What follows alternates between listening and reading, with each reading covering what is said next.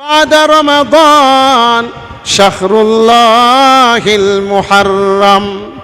আল্লাহর নবী বলেন, মাহে রমজানের পরে আল্লাহ পাকের কাছে সর্বশ্রেষ্ঠ রোজা হলো মুহররমের 10 তারিখের আশুরার রোজা। তাই আল্লাহর নবী বিশ্বনবী বলেন, সিয়ামু ইয়াউমি আশুরা ইন্নী আহতাসিবু আলাল্লাহি আন ইউকাফফিরাস সানাতাল্লাতী ক্বাবলাহু ওয়া সানাতাল্লাতী বা'দা। আল্লাহর নবী বলেন, আমি আল্লাহ পাকের কাছে আশাবাদী মুহররমের 10 তারিখের রোজা 1 বছরের গুনাহের কাফারা। জোরে বলা যাবে কি সুবহানাল্লাহ। এই মুহররম মাস কত দামি মাস! এই মুহররম মাসের রোজা মাহে রমজান আসার আগে, মাহে রমজানের রোজা ফরজ হওয়ার আগে মুহররমের 10 তারিখের রোজা ফরজ ছিল। কন্যা সুবহানাল্লাহ। তাই আল্লাহর নবী বিশ্বনবী বলেন, আফদালুস সিয়াম বাদা রমাদান শাহরুল্লাহিল মুহাররম। আল্লাহর নবী বলেন, মুহররমের 10 তারিখের আশুরার রোজা মাহে রমজানের রোজার পরে শ্রেষ্ঠ রোজা। তাই আল্লাহর নবী বিশ্বনবী বলেন, সিয়ামু ইয়াউমি আশুরা ইন্নী আহতাসিবু আলাল্লাহি আন ইউকাফফিরাস সানাতাল্লাতী ক্বাবলা। আল্লাহর নবী বলেন, মুহররমের 10 তারিখের রোজা আমি আল্লাহ পাকের কাছে আশাবাদী 1 বছরের গুনাহের কাফারা।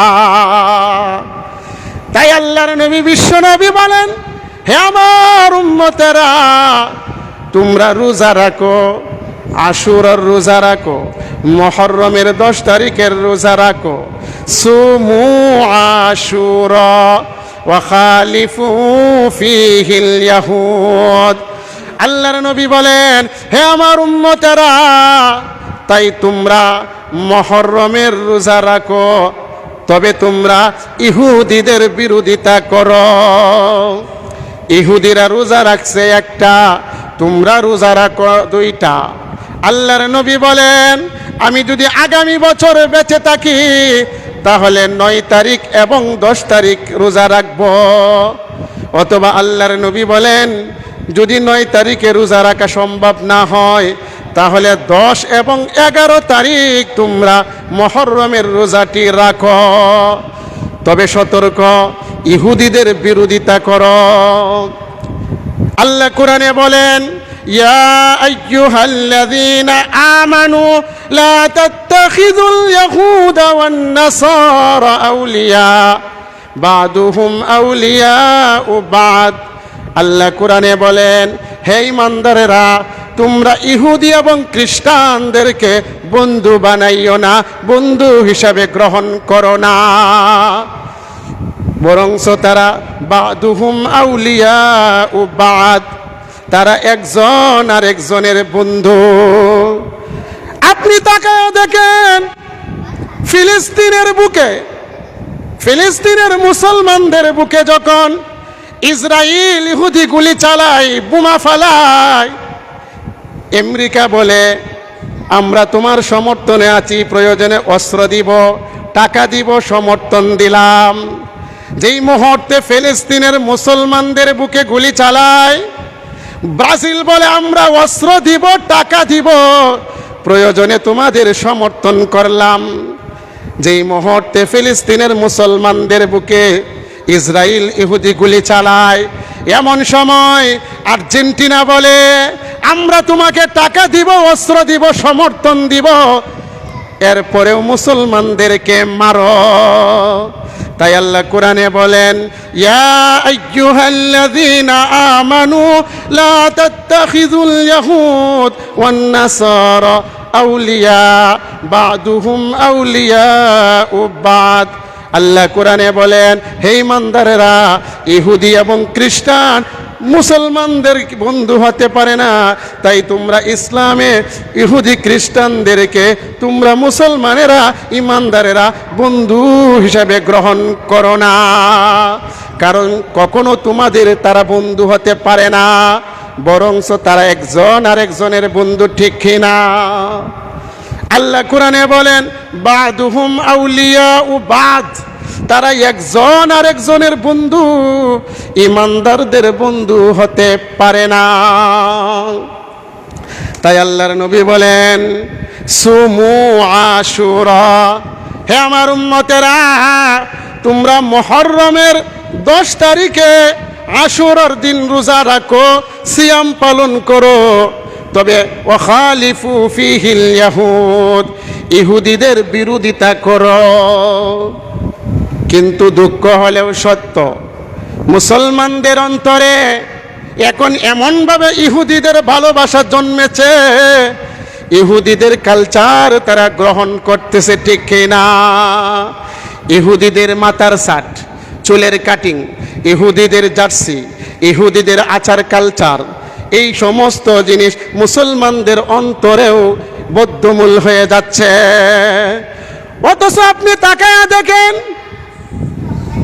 আপনি যেই ধর্মে আছেন, মুসলমানদের ধর্ম হলো ইসলাম। ইসলাম ধর্মে যেই মুহূর্তে নামাজের সময় হয়, ওয়াক্ত হয়, মসজিদের মিনার থেকে আজান হয় কিনা? আজান হয়, আল্লাহু আকবার, আল্লাহু আকবার, আল্লাহ বড়, আল্লাহ বড়। ও দুনিয়ার মানুষ, তোমরা সব কিছু ছাড়ো, ছাড়িয়ে আল্লাহর কুদরতের পায়ে সেজদায় পড়ো। মুয়াজ্জিন ডাকে হাইয়া আলাস সালাহ, নামাজের দিকে আসো, হাইয়া আলাল ফালাহ, কামিয়াবির দিকে আসো। এই ডাক মসজিদের মিনার থেকে আসে। কিন্তু এমনও দেশ আছে, ইহুদি খ্রিস্টানদের দেশ আছে, যেমন ব্রাজিল, ইসলাম ধর্মের আজানটা পর্যন্ত দেওয়া নিষেধ। বলেন নাউজুবিল্লাহ। আমরা যাদের ভালোবাসা অন্তরে লালন করতেছি, একবারও চিন্তা ফিকির করি না আমি মুসলমান, আমার ধর্ম ইসলাম, এই ইসলাম ধর্মে যে আজানের ধ্বনি আহ্বান করা হয়, নামাজের জন্য ডাকা হয়, সেই আজানটা পর্যন্ত ব্রাজিলে নিষিদ্ধ করা আছে। আজান দিতে পারবে না প্রকাশ্যে, ব্রাজিল নিষিদ্ধ। এই জন্যই আল্লাহ বলেন ইয়া আইয়ুহাল্লাযীনা আমানু, হে ঈমানদারেরা, লা তাত্তাখিযুল ইয়াহুদা ওয়ান নাসার, তোমরা ইহুদি খ্রিস্টানদেরকে বন্ধু বানায়ো না, কারণ কখনো মুসলমানদের বন্ধু তারা হতে পারে না। তারা বাদুহুম আউলিয়া ও বাদ, তারা একজন আরেকজনের বন্ধু। আল্লাহর নবী বলেন কিয়ামতের আগে সব ইহুদি খ্রিস্টান বৌদ্ধ নাসারা এক হয়ে যাবে। যেমন আমরা দস্তরখানের মাঝে যখন কানা উপস্থিত হয়ে যায়, একজন আরেকজনকে ডাকি কিনা কানা খাওয়ার জন্য, ঠিক তেমনি ভাবে ইহুদি খ্রিস্টানেরা এইভাবে একজন আরেকজনকে ডাকাডাকি করবে আর বলতে থাকবে আসো আসো মুসলমানদেরকে আমরা সাইজ করি, ধ্বংস করি। বলেন নাউজুবিল্লাহ। এই জন্যই আল্লাহর নবী বলেন সুমু আশুরা, তোমরা আশুরার রোজা রাখো, ওয়া খালিফু ফিহিল ইয়াহুদ, তবে ইহুদিদের বিরোধিতা করো।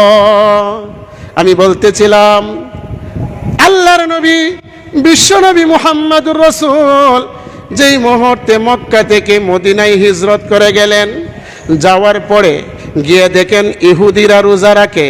আল্লাহর নবী জিজ্ঞেস করলেন, হে লোক সকল, তোমরা কেন রোজা রাখতেছ? এই মুহররমের 10 তারিখে কেন রোজা রাখো?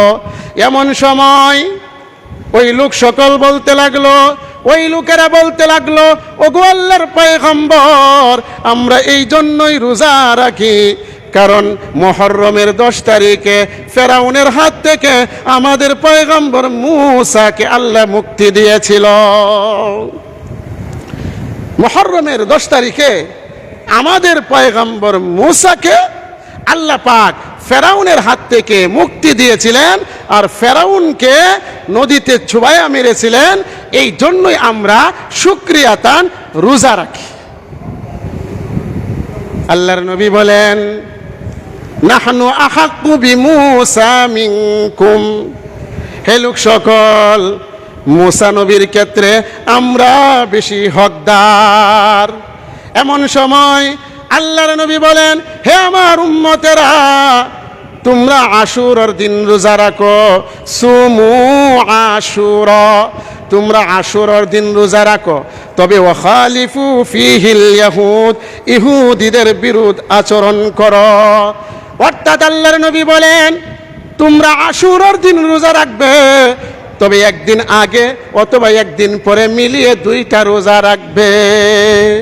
তাহলে আজকে হলো মুহররমের 3 তারিখ, আজকে মুহররমের 3 তারিখ, তাহলে 10 তারিখ আসতেছে আগামী জুমার দিন।